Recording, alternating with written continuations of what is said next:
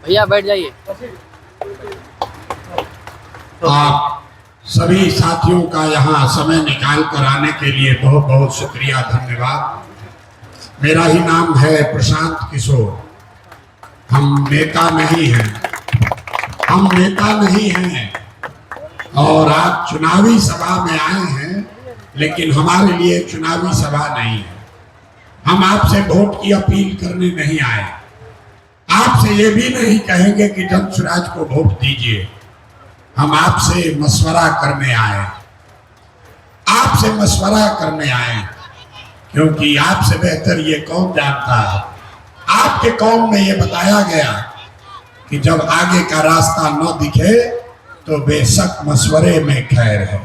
इसलिए मशवरा करने आए हैं, क्योंकि आज जो बिहार में हालात हैं और उसमें भी मुसलमानों की जो दुर्दशा है, ये वक्त है आपके हमारे लिए मशवरे की, ताकि आगे का रास्ता सोच समझकर सब निर्णय को देखने के बाद ही लिया जाए। हम यहाँ आकर आपसे ये नहीं कहेंगे कि आप जन स्वराज के उम्मीदवार को वोट दे दीजिए, लेकिन इस बात को जरूर कहेंगे कि एक बार मेरे भाई ये सोचिए कि मुसलमानों की बदहाली क्यों है, इतनी बदहाली मुसलमानों की क्यों है। पूरा बिहार गरीब है, लेकिन पूरे बिहार में 5000 से ज्यादा गांव में चलने के बाद जो आंखों से हमने देखा, दलितों के बाद सबसे ज्यादा गरीबी, बदहाली, फटेहाली अगर कहीं है तो मुसलमान भाइयों के गांव में है। क्यों है ऐसा? ऐसा इसलिए नहीं है कि आपको लालू जी ने ठग लिया, ऐसा इसलिए नहीं है कि बिहार में भाजपा का शासन है, ऐसा इसलिए भी नहीं है कि कांग्रेस वालों ने आपके साथ धोखा किया, ऐसा इसलिए है कि इस्लाम को मानने वाले मुसलमान, आपने इस्लाम में सामाजिक राजनीतिक जीवन के नजरिए से जो बातें बताई थी उससे भी किनारा कर लिया गया। आपके पैगंबर साहब ने बताया जिस कौम को अपने रहनुमाओं की समझ न हो उसके ऊपर जालिम हुक्मरानों को मुसल्लत कर दिया जाता है। ये हम नहीं कह रहे, ये तो बात पैगंबर साहब ने कही है। तो अगर आज का हुक्मरान, तो चाहे बेलागंज का हो, बिहार का हो, देश का हो, अगर आज का हुक्मरान जालिम है, अगर आपके और आपके बच्चों की चिंता नहीं कर रहा है, तो बात पैगंबर साहब ने कही है वो गलत नहीं हो सकती है। आप आधी लाइन पढ़ रहे हैं, पूरी पंक्ति नहीं पढ़ रहे हैं। अगर आधी लाइन सही है तो उसका दूसरा हिस्सा भी सही है। अगर आज का हुक्मरान जालिम है तो कहीं ना कहीं आपसे अपने रहनुमाओं को पहचानने और चुनने में गलती हुई है, तभी आज ये दुर्दशा हुआ। यही बात आपको बताने आए। लोगों को लगता है कि हम तो ठीक हैं, दूसरे लोगों ने हमको ठग लिया। मैं आपको याद दिलाना चाहता हूं, इसी बिहार में आप कहते हैं हमारे पास विकल्प नहीं है। मुसलमान भाई कहते हैं हमारे पास विकल्प नहीं है, इसलिए हम लोग भाजपा को वोट देते, भाजपा को हराने के लिए राजद को वोट देते हैं। मैं आपको याद दिलाना चाहता हूं, 2014 में आपके पास विकल्प था। 2005 से लेकर 2014 के बीच में नीतीश बाबू के शासन में आपके साथ कोई धोखा अन्याय नहीं हुआ था। आज हम उनके राजनीतिक विरोधी हैं, लेकिन नीतीश कुमार ने 2005 से 14 के बीच में मुसलमानों के साथ कोई धोखा नहीं किया। 2010 में यही नीतीश कुमार है जिसने मोदी को बिहार में घुसने से रोक दिया। ये वही नीतीश कुमार है जिसने 2012-13 में मोदी जी को प्रधानमंत्री का जब उम्मीदवार भाजपा ने बनाया तो नीतीश कुमार ने भाजपा से अपना गठबंधन तोड़ दिया, अपनी सरकार दांव पर लगाई। लेकिन मेरे भाई, वही नीतीश कुमार जब 2014 में लोकसभा का चुनाव आपके भरोसे लड़ने अकेले आए तब मुसलमानों ने उनका साथ नहीं दिया। तब आपने नीतीश को अपना रहनुमा नहीं बनाया, आपने लालटेन को पकड़ लिया, आपके हाथ से वो मौका चूक गया। अगर आपने 2014 में नीतीश को अपना रहनुमा बना लिया होता तो आज आपके सामने विकल्प का अभाव नहीं होता। फिर देखिए मुसलमानों की गलती आगे, जब नीतीश ने 2017 में आपके पीठ में छुरा मारा, आपका वोट लेकर महागठबंधन से जीतने के बाद भाजपा में चले गए, वही नीतीश कुमार जिसने सीए एनआरसी में आपके बच्चों के नागरिकता को खत्म करने के लिए वोट दिया, वही नीतीश कुमार लोकसभा चुनाव के 6 महीना साल भर पहले फिर उछल के इंडिया गठबंधन में आ गया तो सारे मुसलमान कह रहे हैं कि यही हमारा नया रहनुमा। अरे ये तो खुदा का शुक्र करो कि नीतीश बाबू लोकसभा चुनाव के पहले ही भाग गए, नहीं तो लिख लीजिए यहाँ के मुसलमान अपने को दानिश्वर बताने वाले लोग उस नीतीश कुमार को वोट देते और आपका वोट लेने के बाद नीतीश कुमार भाजपा में भागता। तो जब नीतीश कुमार को आपको अपना रहनुमा बनाना था तब आपने उसको रहनुमा नहीं बनाया। जब उसने आपको 2 बार धोखा दे दिया, आपको उस आदमी पर भरोसा नहीं करना था, तब आपने उसको रहनुमा दिख रहा था, इसीलिए आपकी ये दुर्दशा है। आपको अपने रहनुमाओं की समझ ही नहीं है। हम 2 बरस से पैदल चल रहे हैं, मुसलमान लोग कहते हैं ए भाई इन पर कैसे भरोसा करें, इन पर कैसे भरोसा करें। जितने लोग यहाँ बैठे हैं मुसलमान साथी, हमारे ईमान की बात करने वाले लोग, जरा एक बार अपने ईमान के नाम पर याद कीजिए 75 साल के इतिहास में एक ही ऐसा मौका आया जब आपके घर की पर्दा नशीन महिलाएं भी रोड पर निकली। वो समय था जब सीए एनआरसी का कानून लाया गया। पूरे देश में मुसलमान परिवार की महिलाएं धरने पर घर से बाहर निकली, धरने पर बैठी। तो जब सीए एनआरसी का ये बखेड़ा शुरू हुआ तो याद कीजिए आप सीए एनआरसी का बखेड़ा कैसे रोका गया। आपके धरने प्रदर्शन से सीए एनआरसी नहीं रुका। तारीख नोट कर लीजिए, 2 मई 2021 को सीए एनआरसी रुका। सीए एनआरसी का बखेड़ा तब थमा जब 2 मई 2021 को भाजपा को बंगाल में मुकम्मल शिकस्त दी गई। उसके बाद सीए एनआरसी का चर्चा देश में नहीं हो रहा। तो जब बंगाल में लड़ाई लगी और पूरे देश में लोगों ने कहा कि भाजपा को बंगाल जीतने से कोई नहीं रोक सकता है, 1-2 नहीं 2 लाख से ज्यादा संघ के वर्कर पूरे देश से बंगाल गए, बंगाल में ममता बनर्जी को हराने के लिए। तब आप क्या कर रहे थे? आपने कुछ नहीं किया, आप अपने घर में बैठे थे। आपके रहनुमा लालू, अखिलेश, तेजस्वी, राहुल गांधी बंगाल नहीं गए। दीदी के अपने लोग, आधे से ज्यादा पार्टी के लोग दीदी को छोड़कर भाजपा के डर से उस पार्टी में चला गया। अमित शाह ने रोज ठोक कर कहा कि हमको 200 सीट आएगा। जब देश में कोई आदमी दीदी के साथ खड़ा नहीं था तभी आपका भाई, आपका बेटा प्रशांत किशोर बंगाल गया था। इसी प्रशांत किशोर ने कहा था कि अगर भाजपा को बंगाल में हराएंगे नहीं, अगर 100 के नीचे नहीं रखा तो जीवन में संन्यास ले लेंगे। हमने भाजपा को बंगाल में रोका 77 पर, तो हम हो गए भाजपा के बी टीम और आप बैठे थे घर में। तो आप हमको दीजिएगा सर्टिफिकेट कि हम भाजपा के ए टीम है कि बी टीम है। अरे मुसलमान भाइयों, आपका दुर्दशा इसीलिए है। अगर कोई सामने आपको दिख रहा है, कहता है अरे भाई इतना बड़ा अभियान प्रशांत किशोर चला रहे हैं, कहां से पैसा आता है?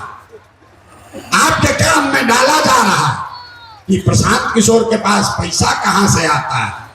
बताइए, मुसलमानों की हालात देखिए, आप अपनी हालात देखिए। प्रशांत किशोर ईमानदारी से, ताकत से यहां प्रयास कर रहा है, नया विकल्प बना रहा है, गांधी की विचारधारा आधारित एक व्यवस्था बना रहा है। तो मुसलमान पूछ रहा है कि इनके पास पैसा कहां से है। मेरे भाई, जितने लोग आप बैठे हो, 30 बरस से आप लालटेन को वोट देते हो। किसी मुसलमान ने आज तक ये नहीं पूछा कि लालटेन के पास, राजद के पास पैसा कहां से आता है। अरे भाई, आपके बच्चों का हक लूटकर, आपके बच्चों के पेट पर लात मारकर, आपके बच्चों के हक का पैसा लूटकर जो ये लोग ले जाते हैं, उसी से अपनी राजनीति करते हैं और उसको आप वोट देते हो। और प्रशांत किशोर का बनाया हुआ 1-2 नहीं, 10 राज्य में सरकार है, तो हमको ही टेंट तंबू के लिए पैसा नहीं मिलेगा। इतना हमको कमजोर समझ रहे हो आप, इतना कमजोर समझ रहे हो। बिहार में जितना किसी ने सुना न हो, हम एक चुनाव में किसी को सलाह देते हैं तो हमारा फीस है 100 करोड़ या उससे ज्यादा। ये 2 बरिस टेंट तंबू लगाते रहेंगे और एक चुनाव में जाकर खाली सलाह देंगे तो सारा पैसा एक दिन में आ जाएगा। लेकिन आपका दुर्दशा देखिए, हम मजबूती से लड़ रहे हैं, आपके बच्चों को आगे बढ़ाने के लिए लड़ रहे हैं, गरीबों को कह रहे हैं कि गरीब से गरीब का बच्चा भी, अगर आपके पास सलाहियत है, आपके माँ बाप विधायक नहीं है, कोई बात नहीं, आपके पास व्यवस्था नहीं है, कोई बात नहीं, आप गरीब से गरीब घर का बच्चा भी राजनीति में आना चाहता है, आपके पास बिहार के लिए, समाज के लिए कुछ करने का जज्बा है, तो आइए, पैसे का चिंता मत कीजिए, व्यवस्था का चिंता मत कीजिए, आइए जन सुराज से जोड़िए, वो चिंता अपने भाई, अपने बेटे पर छोड़िए। अगर आपको ये बात समझ में नहीं आ रही है तो आपका दशा कैसे सुधरेगा। हमको कोई बोला कि भैया इस गांव में कुछ लोग हैं जो अमजद साहब से नाराज हैं, कि अमजद साहब हमसे मिलने नहीं आए, हमारी बात नहीं सुनी। आपको हम बता रहे, जन सुराज में हम लोगों ने कहा है, जिस समाज में की संख्या जितनी है, उस समाज के उतने काबिल लोगों को अवसर दिया जाएगा। जब बाई इलेक्शन अभी हो रहा था, 4 सीट, इसका मतलब है कि 1 से ज्यादा सीट मुसलमानों को नहीं मिल सकती है, 1 जरूर मिलेगा। 18% आबादी है, 1 सीट पर आपका हक बनता है। आपके जानकारी के लिए बता दें, रामगढ़ में भी 30,000 से ज्यादा मुसलमान हैं, वहां पर भी जन सुराज में मुसलमान दावेदार था। तरारी में 40,000 मुसलमान हैं, वहां पर भी मुसलमान समाज से कोई दावेदार था, लेकिन सभी ने बैठ के तय किया कि न भैया, ये कौम की बात है, हम ये नहीं चाहते हैं कि आप एक भी टिकट, 1 से ज्यादा टिकट दें, अगर 1 ही देना है तो आप बेलागंज दीजिए। आपके यहाँ अहमद साहब नहीं आए, आप नाराज बैठे, आपका फोन नहीं उठाया, आपकी नाराजगी है। जो तरारी में आपका भाई बैठा है वो अहमद साहब को नहीं जानता है, उसने अहमद का चेहरा भी नहीं देखा है, लेकिन उसने सबके भलाई के लिए कहा कि ना भाई, हम चुनाव नहीं लड़ेंगे, बेलागंज के लोगों को टिकट दे दीजिए। और आपको जब टिकट दे दिया तब आप मुंह फुलाकर दूल्हा के फूफा के तरह बैठे हैं कि हमको अहमद पूछने नहीं आया। अरे भाई, दूल्हा आपका है, दूल्हा आपका है, जब तक आप नहीं चलोगे बारात में दूसरे लोग कैसे शामिल होंगे। तो ये जिम्मेवारी आपकी है, ये जिम्मेवारी आपकी है, ये बेला की लड़ाई नहीं है, ये बेला की लड़ाई नहीं है। हमको जितनी सलाहियत ऊपर वाले ने दी है, हम आपको लिख कर देते हैं।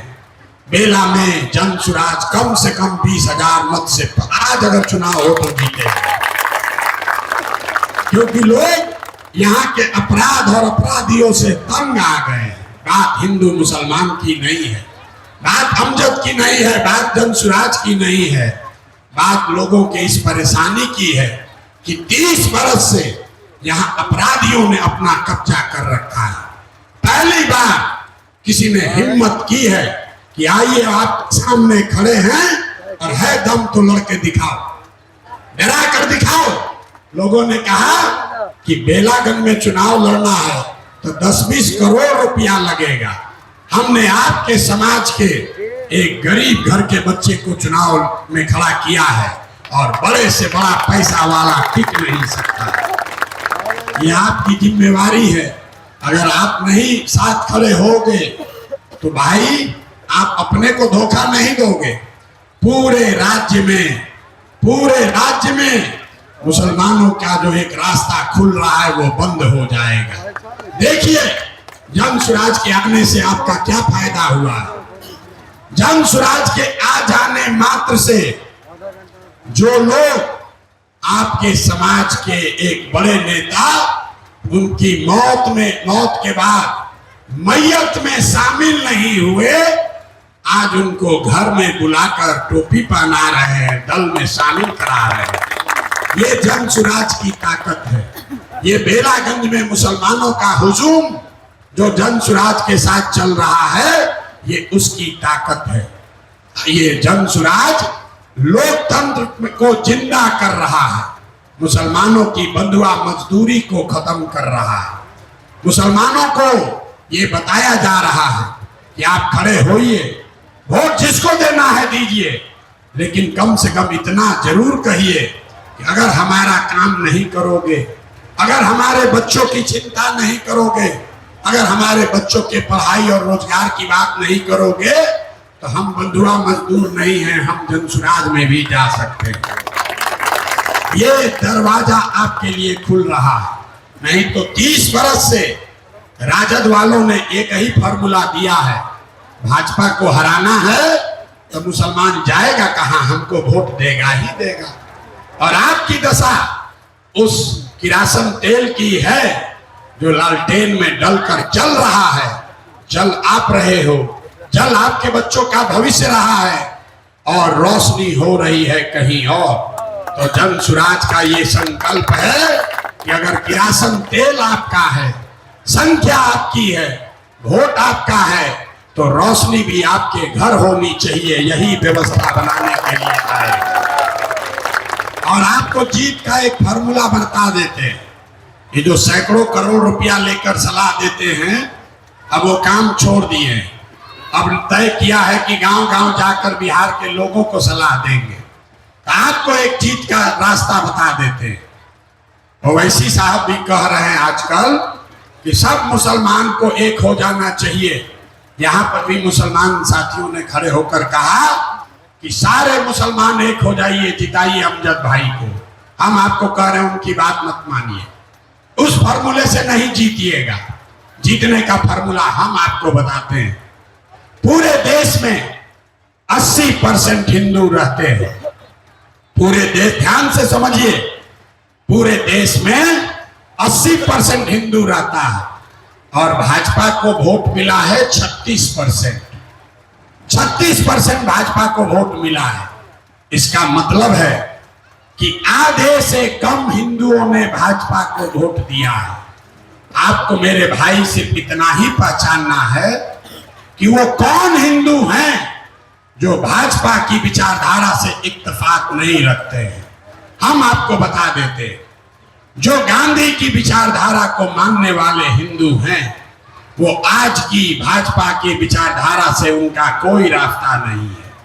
वो चाहे किसी जात का हो। जो बाबा साहब अंबेडकर के विचारधारा को मानने वाला हिंदू है वो भी भाजपा के साथ नहीं है। जो लोग कम्युनिस्ट विचारधारा के हिंदू हैं वो भी चाहे किसी जात के हों वो भी भाजपा के साथ खड़ा होने को तैयार नहीं है। और जो लोग लोहिया जयप्रकाश की समाजवाद को मानने वाले हिंदू हैं वो भी भाजपा के साथ नहीं है। तो अगर इन चार विचारधारा के मानने वाले हिंदुओं के साथ मुसलमानों का सामाजिक राजनीतिक जोड़ बन जाए तो विचारधारा आधारित एक ऐसी व्यवस्था बन जाएगी जिसमें आपकी संख्या हुई 60% और भाजपा हुए 40 और इससे जीत निश्चित तौर पर मुकम्मल हासिल की जा सकती है। यही फर्क है ओवैसी के फॉर्मूला में और जनसुराज के फॉर्मूला में। ओवैसी साहब कह रहे हैं कि मुसलमानों का रहनुमाई समाज का कोई आदमी करना चाहिए, मुसलमानों को अपने पैर पर खड़ा होना चाहिए। जनसुराज भी ये कह रहा कि आपका रहनुमा कोई तेजस्वी यादव प्रशांत किशोर नहीं हो सकता है, कोई ना कोई आपके समाज का लड़का ही होना चाहिए, लेकिन वो लड़का होना चाहिए जो विचारधारा के आधार पर अपने कौम के साथ साथ उन आधे हिंदुओं को भी साथ लेकर चले जो आपके साथ चलने को तैयार है। अभी तो लड़ाई जीतोगे रे भाई, नहीं तो सिर्फ अगर मुसलमान इकट्ठा हो जाए तो आप होइएगा 20 और हिंदू हो जाएगा 80, तो आप कभी भी चुनाव नहीं जीत पाएंगे। तो अगर चुनाव जीतना है, अगर फिर से गांधी की विचारधारा को पुनर्जीवित करना है, तो आपकी जिम्मेवारी है कि सिर्फ मुसलमान मुसलमान करने से नहीं होगा। उन हिंदुओं को साथ लीजिए जो विचारधारा के आधार पर आपके साथ कंधा लगाकर चलने को तैयार है। उसको अगर छोड़िएगा तो फिर आपका फायदा नहीं होगा। हम आपसे वोट नहीं मांग रहे, लेकिन जनसुराज के लिए, इस प्रयास के लिए आपसे आपका दुआ मांगने आए, आपके बच्चों को मांगने आए। अपने बच्चों को इस व्यवस्था से जोड़िए, पैसे की चिंता मत कीजिए, जीत हार की चिंता मत कीजिए। ये मुसलमानों के दिमाग में बैठा दिया गया है कि चुपचाप बाहर बैठ के देखते रहो, जब पता चले कौन जीत रहा है उसको वोट दो। ये आपके कौम में जो बात बताई गई है उसके खिलाफ है। आपके कौम में ये बताया गया है कि ईमानदारी से बिना जद्दोजहद किए बगैर जीवन में कुछ हासिल होने वाला नहीं। खाली बैठ के बाहर ये सोचते रहिएगा कि कोई प्रशांत किशोर आ जाए, कोई तेजस्वी, कोई राहुल, कोई ममता बनर्जी आके हमको बचा ले, तो नहीं होने वाला। आपको अपने समाज में अपने आप को जद्दोजहद के लिए तैयार करना होगा, तभी आपका भलाई हो सकता है।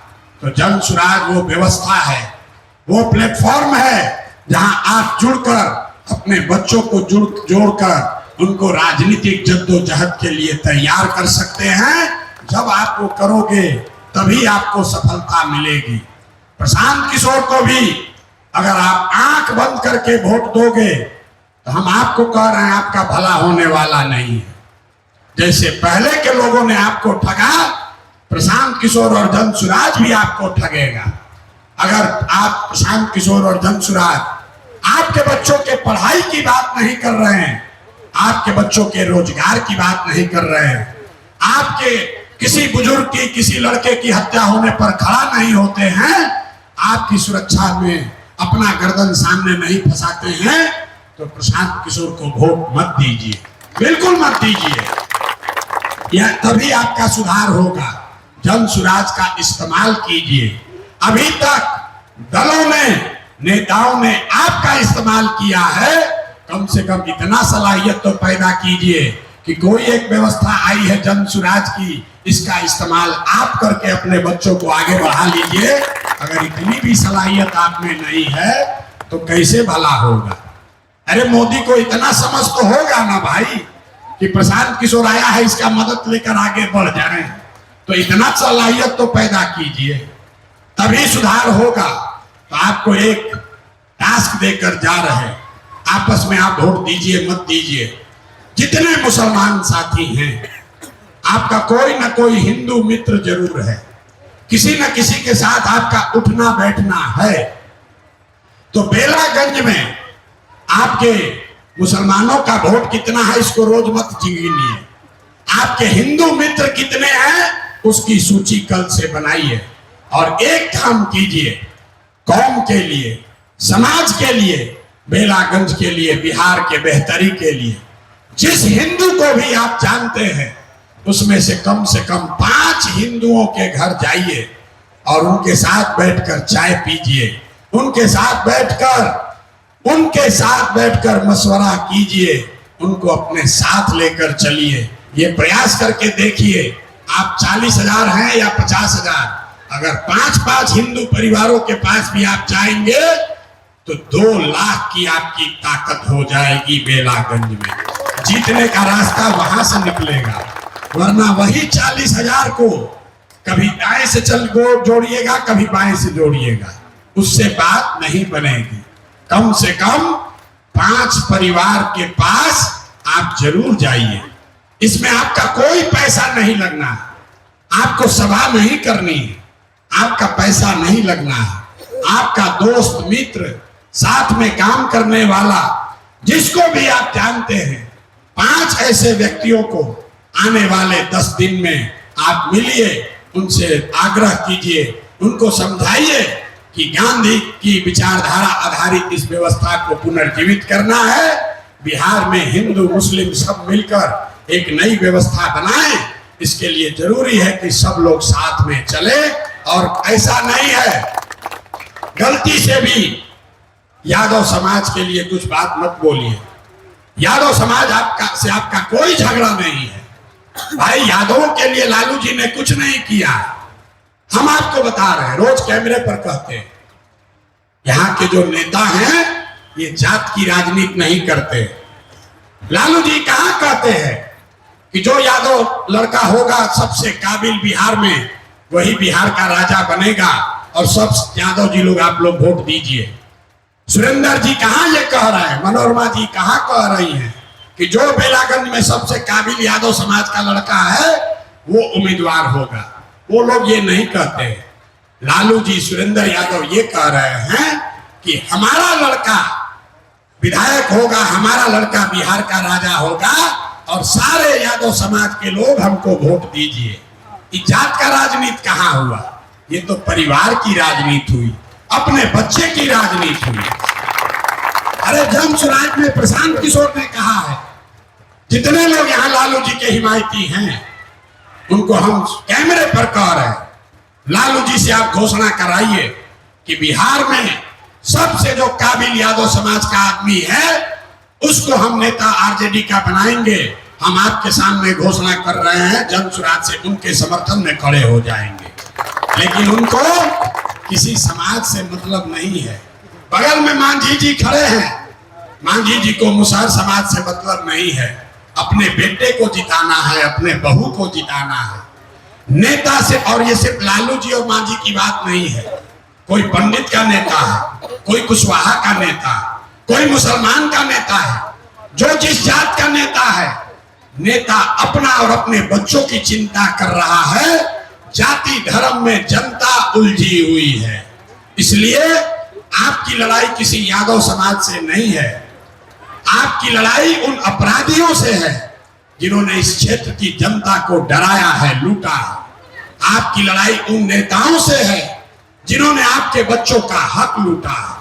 आपकी लड़ाई उन नेताओं से है जिन्होंने आपका बरसों से वोट लिया लेकिन आज तक आपके बच्चों की चिंता नहीं की।